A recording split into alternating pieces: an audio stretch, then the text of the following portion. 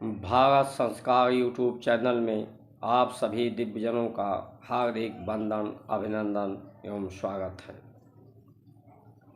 भारत की जो परंपरा, संस्कार और संस्कृति है, वो जीवन को सरल और सुभग, प्रसन्नतापूर्वक जीवन, चिरंजीवी जीवन जब तक जिए, युवा होके जिए, निरोग काया। हमारी जो संस्कृति और संस्कार है, हमें अच्छी तरह से याद है अपने जीवन का अनुभव कि पूर्व में जो शिक्षा पद्धति होती थी, विद्यालय होता था, उसमें ना कोई ड्रेस होता था। प्राइमरी की शिक्षा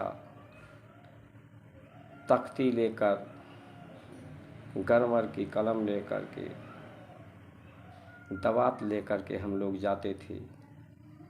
ना कोई किताब, ना कोई कॉपी का खर्चा, ना कोई ड्रेस का खर्चा था।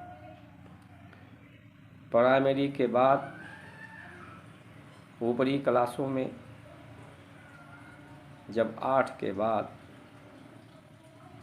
तो वहाँ पर एक कॉपी, मोटी कॉपी लेकर और एक कलम लेकर जाते थे।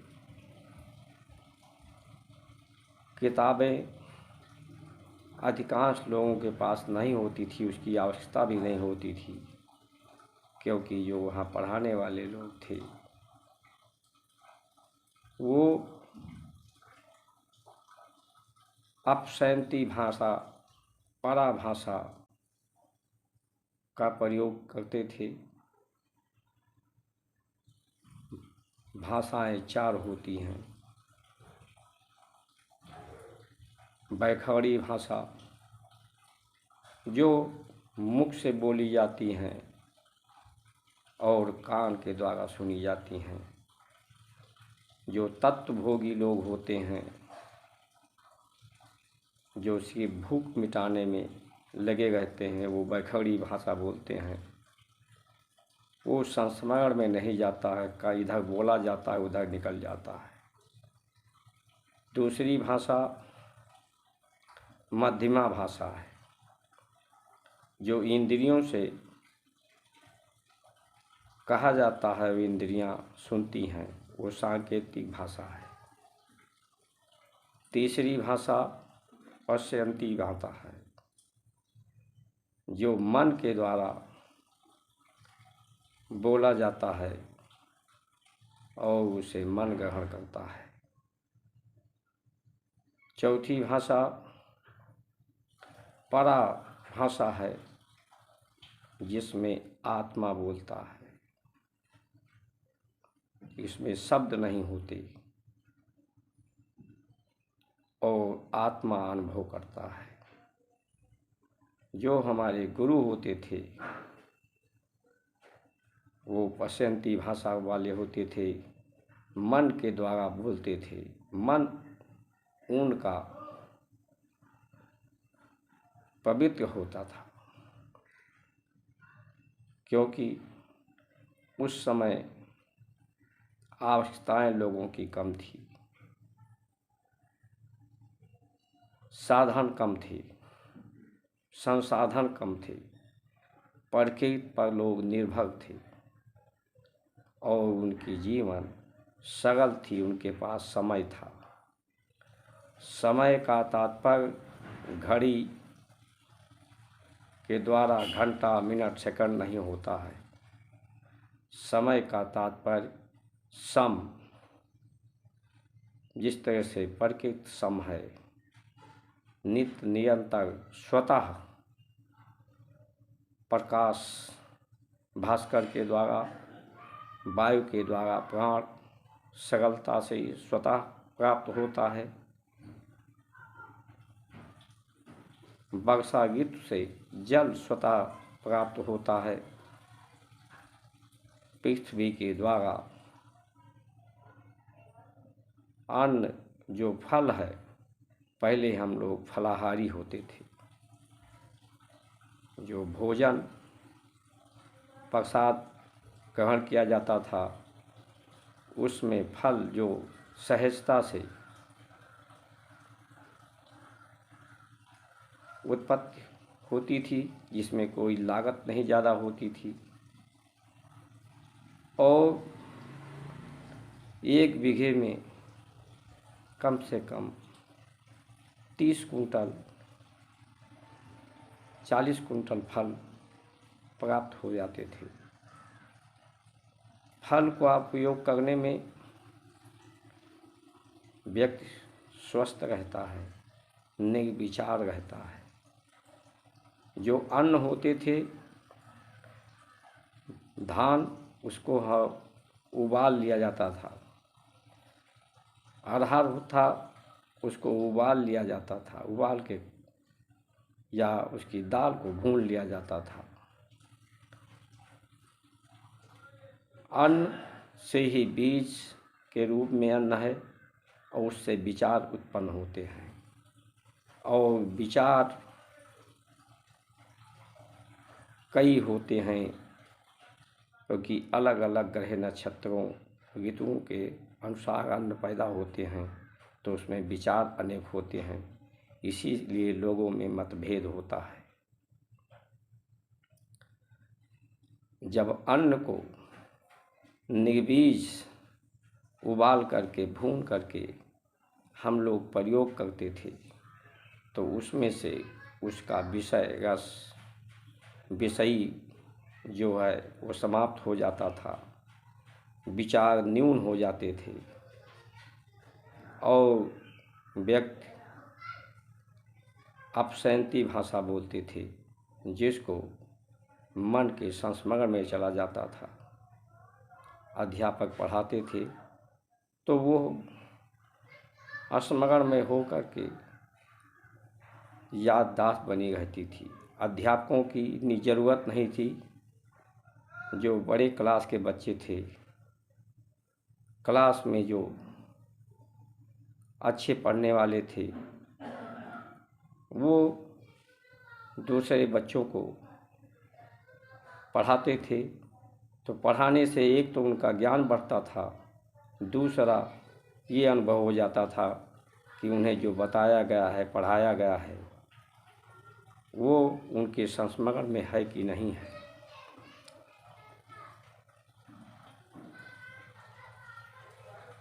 विद्या का तात्पर्य जीवन का पाठ पढ़ाना होता था। जीवन क्या है, तत्व क्या है, अनुपयोगी क्या है, उपयोगी क्या है, अनुपयुक्त क्या है, उपयुक्त क्या है, कर्म क्या है, अकर्म क्या है, सत्कर्म क्या है, ये पढ़ाया जाता था हम लोगों को माता पिता के द्वारा, गुरुओं के द्वारा। तो इस सभी लोग सहकारिता था, सभी में सहयोग था, सभी के पास समय था, क्योंकि सबकी अवस्थाएं न्यून थी, विचार न्यून थे। इस संसार की सृष्टि में 3 गुण है, एक स्वभाव है।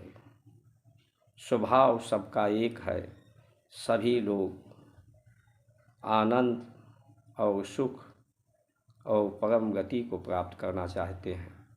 सब लोग राजा, क्योंकि परम पिता परमेश्वर राजा राम राजा थे, उन्होंने राजा का परिभाषा जो परिभाषित किया, उसी तरह से सब लोग राजा ही थे। दूल्हे राजा, सीता जी ने का विवाह स्वयंवर हुआ। स्वयंवर का तात्पर्य स्वयं के द्वारा चुना जाना। धनुष यज्ञ हुआ। धनुष यज्ञ का विधान राजा जनक ने इसलिए किया कि जो धनुष था वो दधीच का पिनाक था, शिव जी का पिनाक। पिनाक मतलब नाभि चक्र, अभिमान। जो अभिमान को, जिसके अंदर अभिमान नहीं होगा, स्वाभिमान होगा, वही धनुष को तोड़ पाएगा। उसी सीता से जिसकी विवाह होगी वो गुणातीतम होगा, वो स्वभाव में रहने वाला होगा। और जो गुणातीतम है वो परम होगा। ये राजा जनक का निर्णय था। तो जब विवाह होता था तो विवाह का उद्देश्य लोगों को मालूम था कि विवाह सेवा के लिए होना है, सहकार के लिए होना है, अधिकार के लिए नहीं। जैसा कि आज विवाह के द्वारा लोग अधिकार प्राप्त करते हैं, पद प्राप्त करके लोग अधिकार प्राप्त करते हैं। संसार की पद जो एक दिन समाप्त हो जाएगा, शरीर समाप्त हो जाएगा, जो समाप्त हो जाना है, जिसमें परिवर्तन हो जाना है, वो हमारे भारतीयों का लक्ष्य नहीं होता था। परम पद पाने की, परम शांति पाने का परंपराएं हमारी थी। लेकिन आज के समय में हमारे जो व्यवस्थापक हैं पाश्चात्य सभ्यता के एजेंट बन के रह गए हैं। उसी को प्रचार प्रसार हर दिशा में देखा जाए तो अनावश्यक शिक्षा में खर्चे और उसका कोई सदुपयोग नहीं। उस शब्दों को पढ़ाया जाता है, इतना शब्द जानकारी उतनी बड़ी डिग्री। अनुपयोगी, जीवन में उपयोग होने वाले शब्द नहीं होते हैं। विवाह शादियों में खर्चे बढ़ गए हैं। आज कन्या की भ्रूण हत्या के बारे में शोर हो रहा है। क्यों हो रहा है? इस पर किसी का ध्यान नहीं है कि शादियों में इतना अधिक खर्चे बढ़ गए हैं कि माता पिता के ऊपर लड़की पैदा होती है तो उस लड़की के ऊपर, माता पिता के ऊपर जो विवाह का खर्च है, एक चिंता को पैदा करती है। हमारे श्रेष्ठ जन, जिम्मेदार लोग, जो हमारे यहाँ पूरे समाज को एक परिवार समझा जाता था। परिवार का मुखिया, गांव का मुखिया, जो गांव को पूरे परिवार समझता था, जिला का मुखिया जो पूरा जिला उसका परिवार, प्रदेश का मुखिया, प्रदेश उसका परिवार, राजा को पिता कहा जाता था। राजा का स्थान भगवान के रूप में देखा जाता था। लेकिन आज के समय में सिर्फ और सिर्फ तत्वों की होड़ लगी है, साधनों की होड़ लगी है।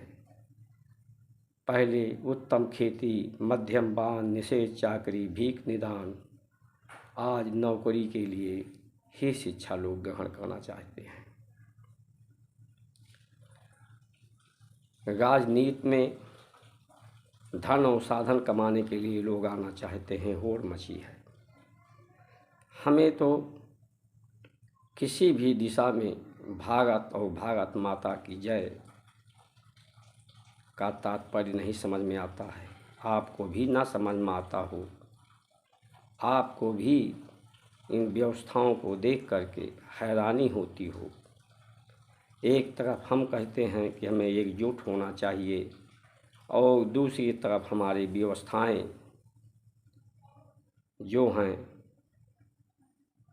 वो एकता में अनेकता, एकजुट करने में विघ्न है। ये हमारा विकास जो भ्रष्टाचार को उत्पन्न करता है, ज़रूरतें बढ़ाता है। जब ज़रूरतें बढ़ती हैं लोगों की, तो उन ज़रूरतों को प्राप्त करने के लिए लोग आत्महत्या करते हैं, अपनी आत्मा की आवाज़ को नहीं सुनते हैं। इंद्रियों मन के बस में होकर के भोग को प्राप्त करना चाहते हैं और भोगी हो जाते हैं, जिसे दुख ही दुख प्राप्त होता है। इन्हीं वचनों के साथ अगर आपको भी लगता है कि भारत का संस्कार और भारत के बजाय आपको भी पश्चात सभ्यता, पश्चात व्यवस्था दिखाई पड़ रही हो, तो इस हमारे चैनल का समर्थन करें, सब्सक्राइब करें कि ज़्यादा से ज़्यादा इसका संदेश श्रेष्ठ जन जिम्मेदार लोगों तक पहुंच सके और भारत की परंपराओं, भारत की संस्कार संस्कृति के अनुसार अवसर उत्पन्न हो, जिससे भारत में ही नहीं पूरे विश्व में सुख शांति परम गति को लोग प्राप्त करके जीवन की लक्ष्य को प्राप्त करें। इन्हीं वचनों के साथ अपनी वाणी को विश्राम देते हुए आपकी सुमंगल कामना करते हुए जय श्री राम।